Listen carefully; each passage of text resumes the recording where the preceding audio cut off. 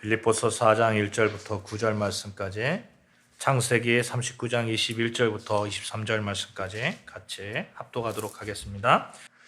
그러므로 나의 사랑하고 사모하는 형제들, 나의 기쁨이요 면류관인 사랑하는 자들아, 이와 같이 주 안에 서라. 내가 유오디아를 권하고 순두개를 권하노니 주 안에서 같은 마음을 품으라. 또 참으로 나와 멍에를 같이 한 내게 구하노니 복음에 나와 함께 힘쓰던 저 여인들을 돕고, 또한 글레멘도와 그 외 나의 동역자들을 도우라. 그 이름들이 생명책에 있느니라. 주 안에서 항상 기뻐하라. 내가 다시 말하노니 기뻐하라. 너희 관용을 모든 사람에게 알게 하라. 주께서 가까우시니라. 아무것도 염려하지 말고 다만 모든 일에 기도와 간구로 너희 구할 것을 감사함으로 하나님께 아뢰라.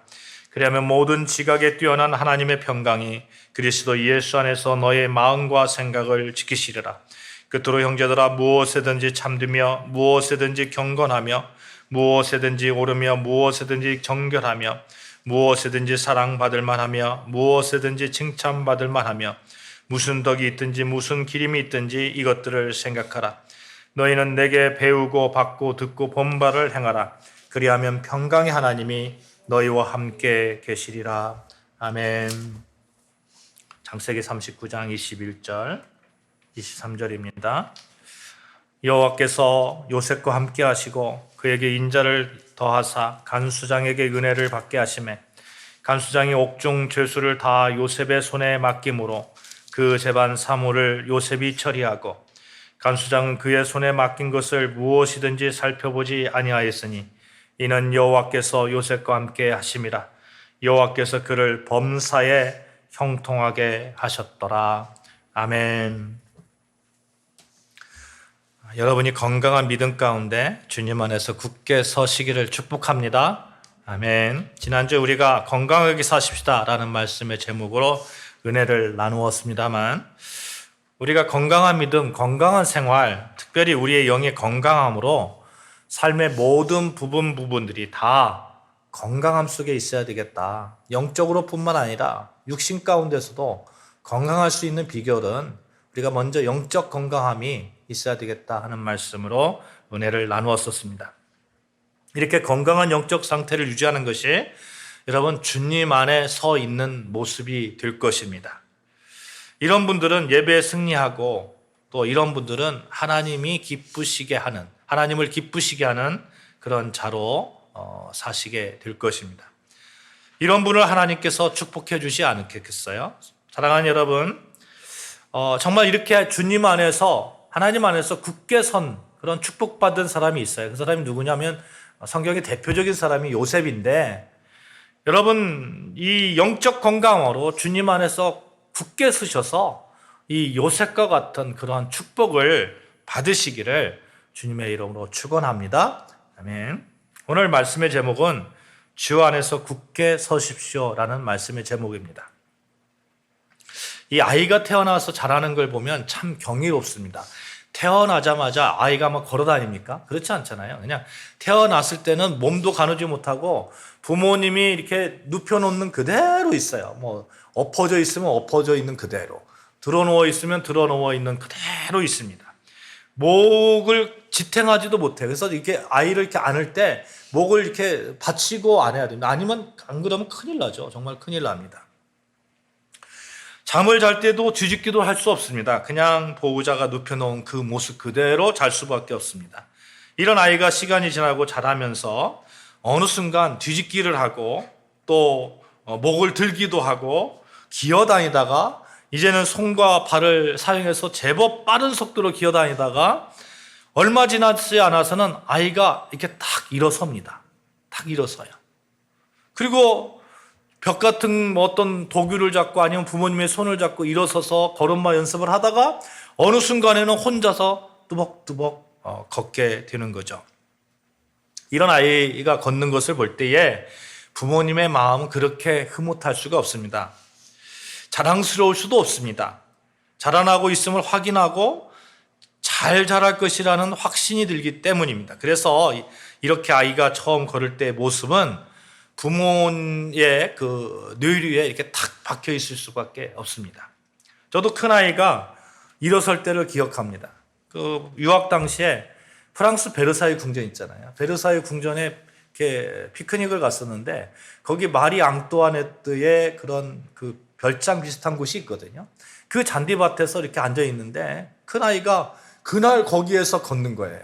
잔디밭에 처음 걸을 때가 그 마리 앙뚜아네트 별장 잔디밭입니다. 그러니 늘 얘기하는 거예요. 야, 너는 마리 앙뚜아네트 베르사유 궁전에서 너는 걸은 친구야. 너는 걸은, 그렇게 자랑스럽게 막 얘기를 하고 막 자긍심을 이렇게 불어일으키려고 합니다. 근데 여러분, 아이가 처음 걸음을 걷기 위해서 어느 날 문득 일어나 그냥 바로 걷습니까? 그렇지 않습니다. 걷기 위해서는 수많은 넘어짐이 있습니다. 어떤 때는 바닥에 머리가 부딪혀서 쿵 소리가 나기도 하고요.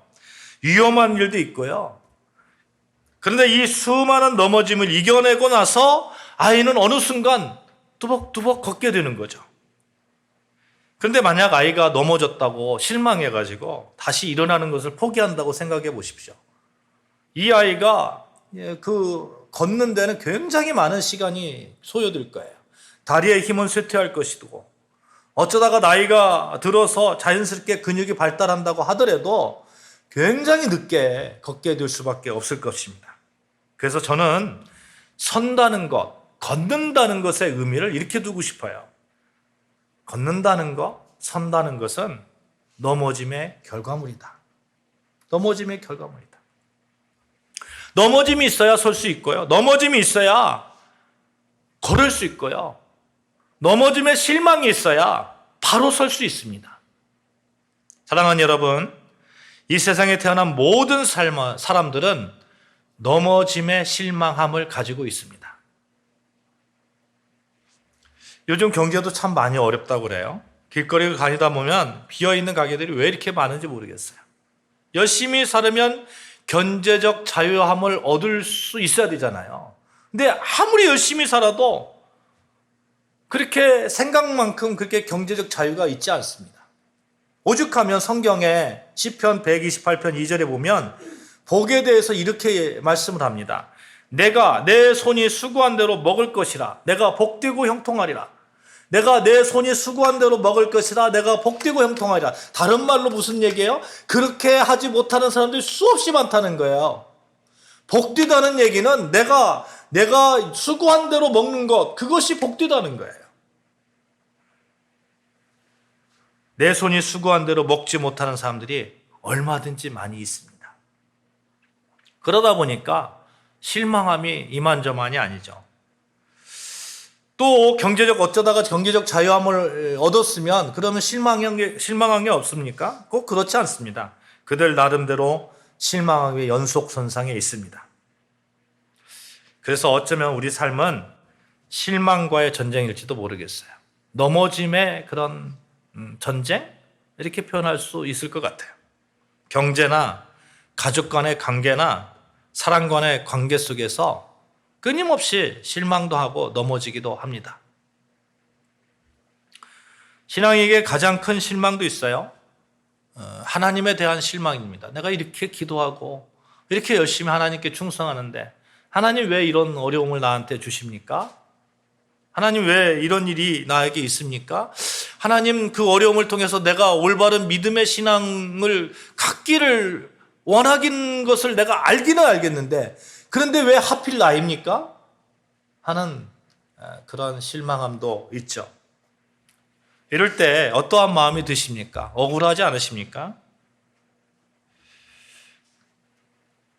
섭섭하고 또 하나님께 어떤 때는 성질도 나고 그렇게 사는 것이 괜히 손해보는 것도 같고 대개 이럴 때 신앙인이 보이는 반응이 몇 가지가 있어요.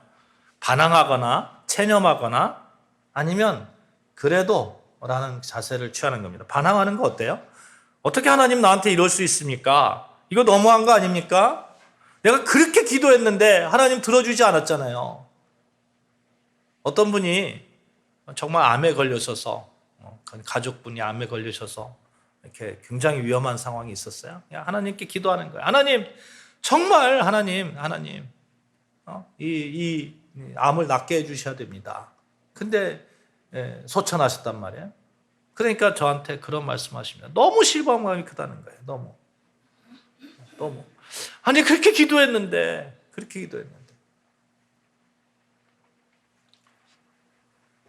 부모님에게 아이들이 반항할 때 보면 부모님에 대한 실망함이 있잖아요. 그러면 막 반항을 하는 것을 보게 되거든요. 근데 하나님께 반항할 때도 그런 것 같아요. 뭔가 실망함이 있으면 막 반항을 합니다. 반항을 해요. 나 교회 안 나가. 나 예배 안 드려. 나 기도 안 해. 이러는 거죠. 또 어떤 분들은 체념을 해버리죠. 나 같은 사람이 그렇지 내가 별 수 있어. 나 같은 사람 하나님 그래도 하나님 자녀 삼아주신 거 감사해. 나는 근데 어쩔 수 없어. 나는 안 되는 사람이야. 안 되는 사람이 어디가 있어요? 하나님 앞에서. 반항이나 실망함, 체념, 실망함 앞에서 반항이나 아니면 체념 이런 것도 있지만 정말 좋은 태도는 그래도라는 그런 태도인 것 같아요. 2013년도 광화문 현판에 이런 글이 적혀 있었습니다. 가장 낮은 곳에 그래도라는 섬이 있다. 그래도 사랑의 불을 꺼뜨리지 않는 사람들. 이런 현판 글이 있었거든요. 그래도라는 섬이 있다는 거예요. 그래도 하나님 내가 실망하지 않겠습니다. 그래도 이 실망 가운데 나 우뚝 서겠습니다. 그래도 믿음을 지켜나가겠습니다. 이렇게 실망함을 넘어서는 자들이 결국에는 바른 신앙으로 건강한 신앙으로 서게 될 것은 너무나 자명한 일이 아니겠습니까? 사랑하는 여러분, 혹시 실망함이 있더라도 그래도 주 안에서 굳게 서시는 여러분과 저 되시기를 주님의 이름으로 축원합니다. 아멘. 우리는 그래도 하나님의 자녀고 그래도 하나님께서 끝까지 나를 사랑하는 자임을 우리는 믿는 자이고 그래도 우리는 하나님의 능력 안에서 살고 있음에 감사하는 자들입니다. 하루하루 우리가 감사하고 있잖아요. 한번 보세요. 곰곰이 한번 보세요. 감사거리가 얼마나 많습니까? 그래도 하나님 제가 지켜나가고 있고 그래도 활동하고 있고 이렇게 사는 것이 그리스도인의 삶의 방식이 될 것입니다. 여러분, 이 그래도 우리가 주님 안에서 이렇게 바르게 서 있으면 되는데 오늘 빌립보서 4장 1절 말씀에도 이와 같이 주 안에서 서라 이렇게 말씀합니다. 주 안에서 서라. 우리가 바르게 설 수 있는 것, 우리가 그래도라는 그런 자세로 나아갈 수 있는 것, 실망함에도 일어설 수 있는 그런 힘이 어디서 나오냐? 주님 안에서 할 수 있다는 거예요. 주님과의 관계에서 성공해야 바로 설 수 있다는 겁니다. 여러분, 그 철 있잖아요. 철이 참 재밌는 게 철을 한 1톤이 있다. 그러면 1톤을 그냥 파르면 한 10만 원을 준다. 이러면 그것을 1톤짜리를 편자를 만들어서 판다. 그러면 10만 원보다 더 많이 받을까요? 적게 받을까요? 훨씬 더 많이 받겠죠. 근데 1톤짜리 철을 가지고 바늘을 만들어서 한번 판다고 생각해 보세요. 그럼 얼마나 많은 바늘을 만들어 가지고 팔게 될까요? 근데 또 1톤짜리 그 철을 가지고 그 면도날을 만든다든지 아니면 정밀한 어떤 스프링을 만들어서 판다. 이러면 굉장히 많은 그런 돈을 벌게 될 겁니다. 예수님을 믿는 것은 이와 같아요. 같은 예수님을 믿어도 쓰임받는 것은 너무나 다릅니다. 예수님과의 관계가 잘 설정된 사람들은 이 쓰임받음에 다른 거예요. 쓰임받음에. 음악도 그러잖아요. 제가 아이들을 이렇게 음악을 가르치다 보면 정말 그런 것 같아요. 좋은 선생을 만나야 좋은 제자가 나오더라고요. 좋은 제자가. 그래서 제가 어떤 분들한테 어떻게 하면 좋은 대학 가요? 이런 그런 말을 저한테 물어보는 분들이 계시거든요. 그러면 제가 그렇게 얘기합니다. 좋은 선생을 만나면 좋은 대학 갑니다. 이런 얘기해요. 거의 한 50%, 60%, 70%는 맞을 거예요. 좋은 선생을 만나서 그 다음에 열심히 연습하고 자기의 재능이 있으면 좋은 대학 가는 거예요. 근데 아무리 재능이 많더라도 좋은 선생을 만나지 못하면 그 재능이 엉뚱하게 가는 거거든요. 그래서 우리는 예수님과의 관계가 성공해야 돼요. 사랑하는 여러분, 여러분과 제가 굳게 서야 되겠는데, 믿음 안에서 굳게 서야 되겠는데, 그러기 위해서 예수님과의 관계 속에서 무엇보다도 성공하시는 여러분과 저 되어지기를 주님의 이름으로 축복합니다. 아멘. 그래야 우리가 바르게 설 수 있습니다. 오늘 본문에서도 주 안에서 굳게 서라 이렇게 말합니다.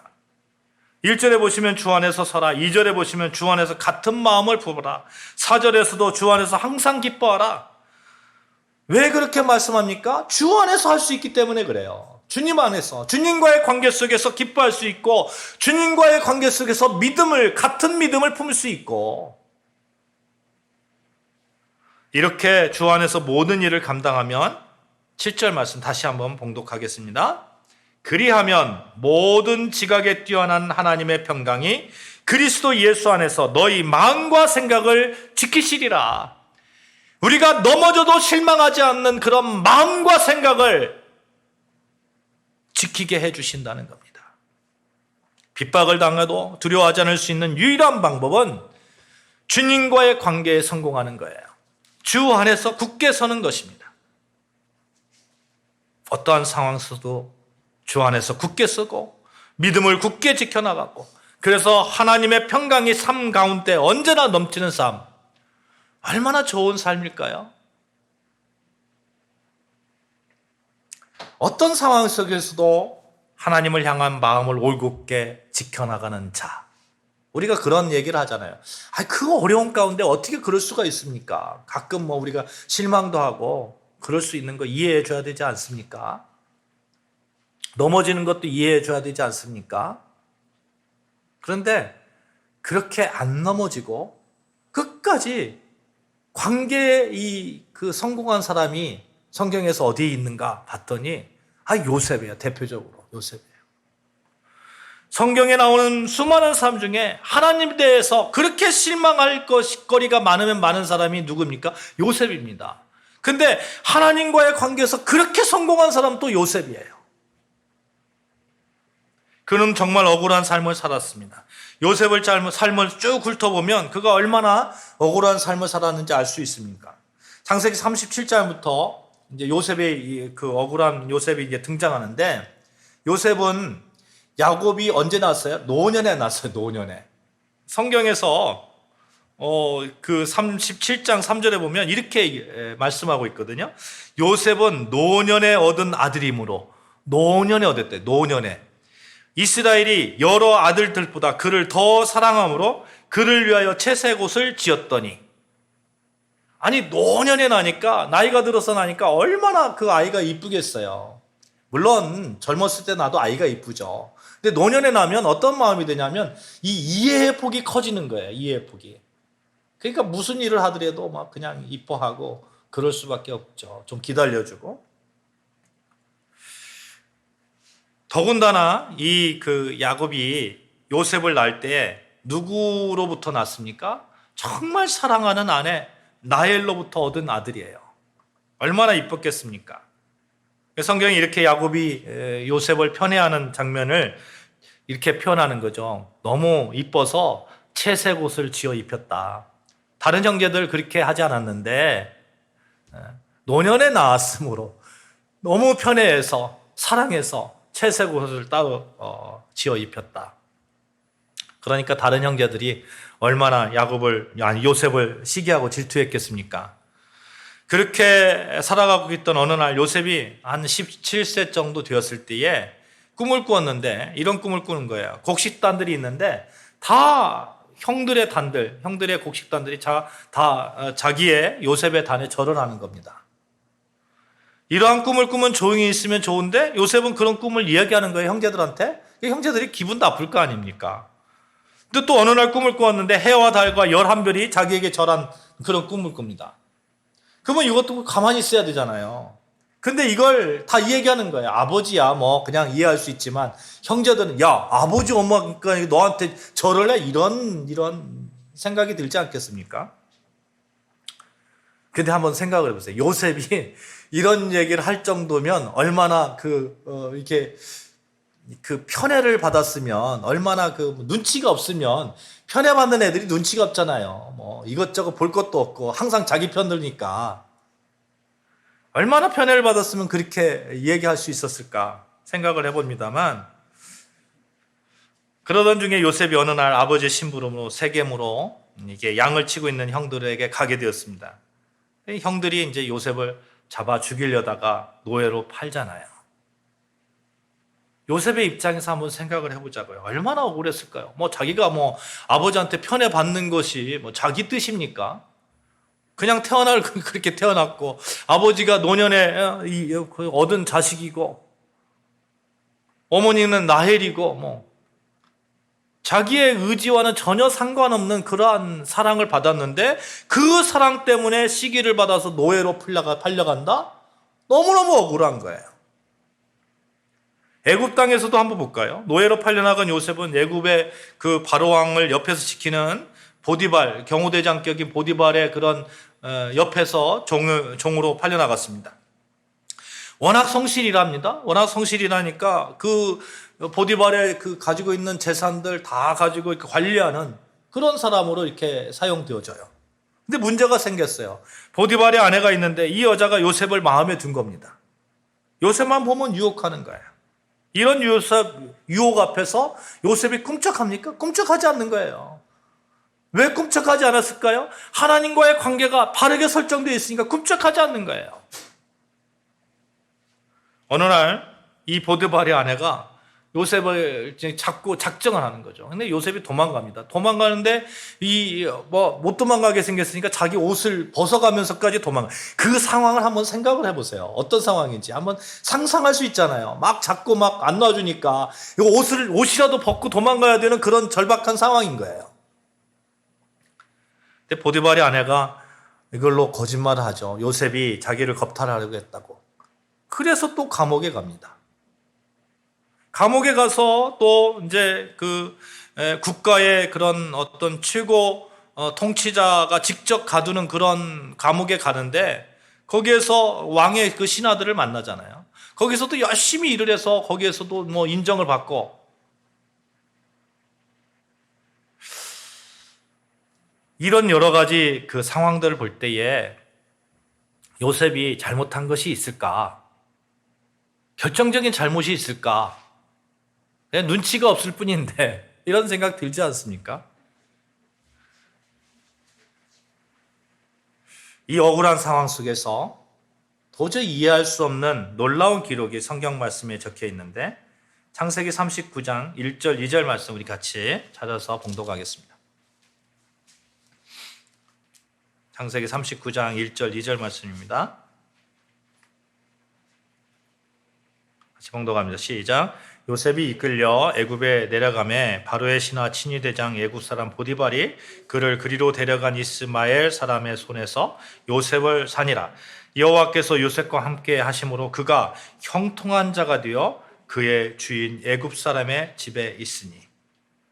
보디발과 그 아내에게 억울하게 보디발의 그 아내에게 억울하게 그런 모함을 받아서 감옥에 갇혀 있을 때에도 노예로 팔려갈 때에도 창세기 39장 23절에 보면 간수장 그의 손에 맡긴 것을 무엇이든 살펴보지 아니하였으니 이는 여호와께서 요셉과 함께 하심이라. 여호와께서 그를 범사에 형통하게 하셨더라.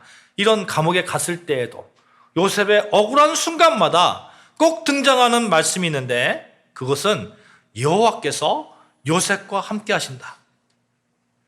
요셉과 함께 하시니 요셉이 형통하였더라 라는 그런 말씀이에요.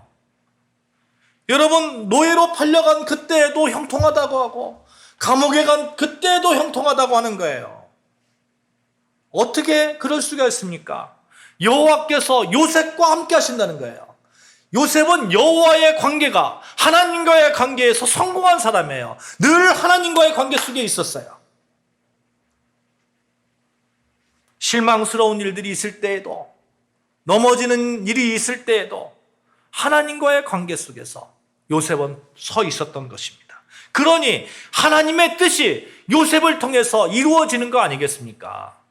여러분, 형통의 개념이 무엇입니까? 우리는 뭐 잘 먹고 잘 사는 거 이렇게 형통의 개념이라고 생각할지 모르지만, 이 형통이라는 말씀은, 말의 그 뜻은 하나님의 계획하심이, 하나님의 그 뜻하심이 그 사람을 통해서 잘 이루어지고 있는 것, 이것이 형통의 개념이 아니겠습니까? 그러니까 요셉은 하나님과의 관계 속에서 하나님이 늘 함께 하시니 하나님의 뜻이 요셉을 통해서 계속해서 이루어지고 있는 거예요. 감옥에 갈 때에도, 노예로 팔려갈 때에도, 어떤 상황 속에서도, 그 척박한 상황 속에서도 하나님은 요셉을 통해서 계속해서 하나님의 일을 하고 계신 겁니다. 그러니 이 사람을 통해서 복이 흘러나가는 거예요. 여러분, 요셉이 보디발의 집에 갔을 때 보디발이 집이 망했습니까? 아니잖아요. 보디발이 정말 흥했잖아요. 감옥에 있을 때도 정말 잘 이루어졌잖아요. 모든 일들이 형통했잖아요. 요셉을 통해서 형통한 복들이 막 흘러나가는 거예요. 그렇게 형통하다는 그런 의미는 하나님의 뜻이 이루어지는 그런 상황 속에서 번영케 하다, 번영을 체험케 하다, 이런 사역형으로도 쓰입니다. 자기도 역시 번영하지만 다른 사람도 번영케 하는 그런 일들이 일어나는 거예요. 사랑하는 여러분, 여러분과 저의 삶 속에서 우리 아름다운 교회 가운데서 우리와 관계 맺는 모든 사람들이 정말 하나님의 형통을 경험하는 그런 일들이 일어나기를 주님의 이름으로 축복합니다. 이런 사람 있잖아요. 가게에 가면 저 사람이 가게에 들어오니까 막 손님들이 끌어넘쳐, 막 이런 사람들이 있잖아요.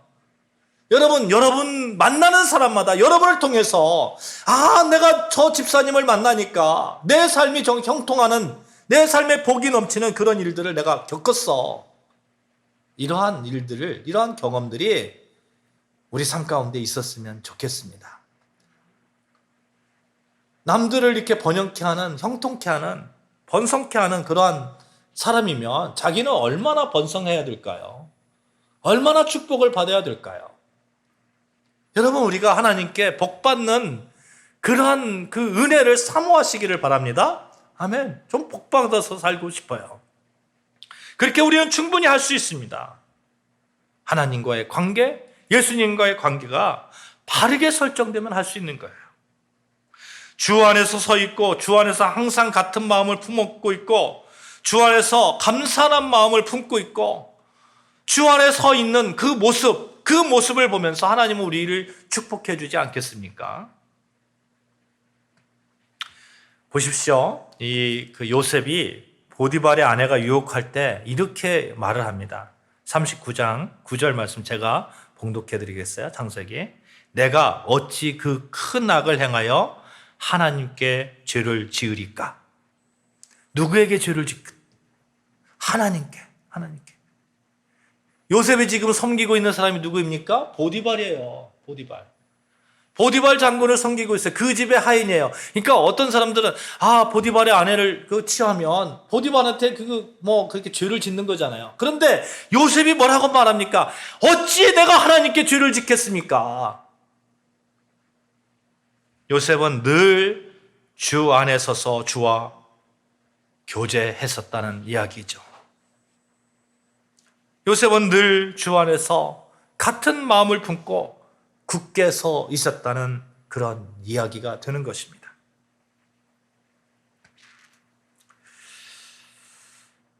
요셉이 나중에 이렇게 총리가 되고, 애국의 총리가 되고, 그래서 이제 막 이렇게 가뭄이 있을 때에 자기 형제들이 자기를 찾아오거든요.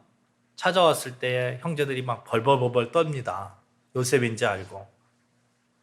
그때 요셉이 한 말이 아주 기가 막힌 말이 있어요.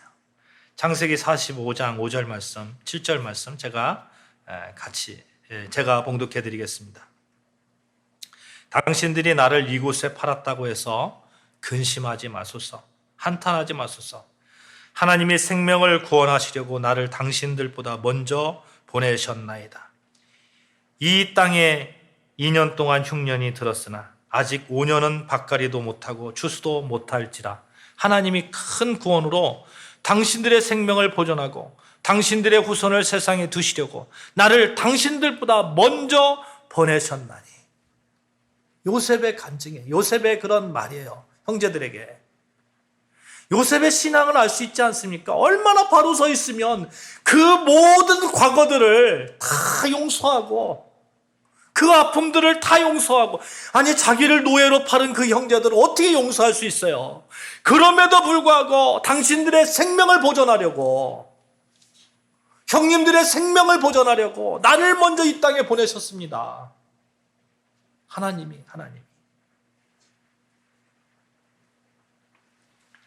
이런 신앙 정말 가지고 싶습니다. 이런 하나님과의 관계 정말 가지고 싶습니다. 이런 예수님과의 관계 정말 가지고 싶습니다. 실망할 때마다, 쓰러질 때마다 하나님의 어떤 뜻이 있을까? 미래를 고민하면서, 미래를 생각하면서, 미래를 기대하면서 살아가는 그러한 신앙인의 모습을 가지고 싶습니다. 요셉은 이 점에서 성공한 것입니다. 어떠한 상황 속에서도 하나님을 신뢰하며 하나님께 소망을 두며 주 안에서 서 있는 사람 요셉. 하나님과의 관계 속에서 성공한 사람 요셉.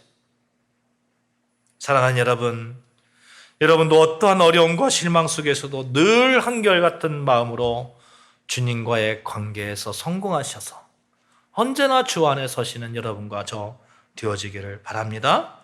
아멘. 요셉에게는 버림받은 상처가 있었어요. 그런데 이 상처도 하나님께서 치유해 주십니다. 시편 105편 17절 19절 말씀에 그가 한 사람을 앞서 보내셨으므로 요셉이 종으로 팔렸도다. 그의 발은 차구를 차고 그의 몸은 쇠사슬에 매였으니 곧 여호와의 말씀이 응할 때까지라. 그의 말씀이 그를 단련하셨도다. 노예로 팔려가는 그 모습이에요. 손에 쇠사슬을 차고 발을 막 이렇게 묶는 거 있잖아요. 발 이렇게 걸어가잖아요. 그렇게 묶여서 노예로 팔려갔는데 그의 말씀이, 하나님의 말씀이 그를 단련하였도다. 하나님께서 훈련시키셔서 요셉을 통한 하나님의 뜻을 알게 하시고 고난 가운데 형제를 용서할 수 있는 성숙한 인격으로 요셉을 변화시켰잖아요. 그러니 여러분, 우리가 하나님과의 관계에 성공하면 나를 단련하시는 하나님의 모습을 볼 수 있지 않겠어요? 사랑하는 여러분, 빌립보서에서도 주 안에서 굳게 서라는 말씀, 이 말씀을 우리가 굳게 잡고 나아가시기를 바랍니다.